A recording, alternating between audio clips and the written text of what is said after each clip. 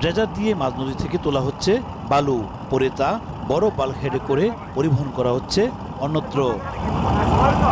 2024 সালের এপ্রিলে ব্রাহ্মণবাড়িয়ার Ashuganj fertiliser and chemical company লিমিটেডের কারখানার সামনে মেঘনা নদীতে জেগে ওঠা চর থেকে হাইড্রোগ্রাফি জরিপ অনুযায়ী বালু তোলার সিদ্ধান্ত হয়। পরে ঠিকাদারি প্রতিষ্ঠান মেসার্স কামাল ইন্টারন্যাশনালকে কাজের অনুমতি দেওয়া হয়। অভিযোগ উঠেছে, নির্ধারিত সীমানার বাইরে গিয়ে 10 থেকে 12টি ড্রেজারের মাধ্যমে বালু তোলা হচ্ছে।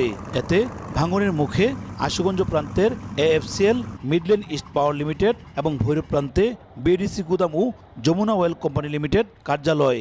আগত বর্ষা মৌসুমেই হয়তোবা এ নিয়ে একটা বিপজ্জনক অবস্থায় পড়তে পারি আমরা, এবং সেই ক্ষেত্রে আপনারা হয়তো দৃশ্যমান দেখতেছেন যে যমুনা অয়েল কোম্পানি অলরেডি এটা নদীর সাইডেই চলে গেছে। এটা বন্ধ না করলে আমাদের এই দুটি প্রতিষ্ঠান পাশাপাশি বিএডিসি এবং যমুনা অয়েল কোম্পানি আমাদের ঝুঁকিতে থাকবে সবসময়। ক্যামেরার সামনে কথা বলতে রাজি না হলেও মুঠোফোনে বিধি মেনেই কাজ করার কথা জানায় ঠিকাদারি প্রতিষ্ঠান।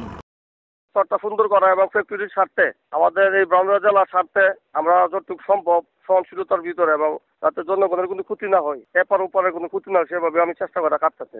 সুইং ড্রেজারের পরিবর্তে অন্য ড্রেজার ব্যবহারের ফলে ঝুঁকি বেড়েছে বলছে পানি উন্নয়ন বোর্ড।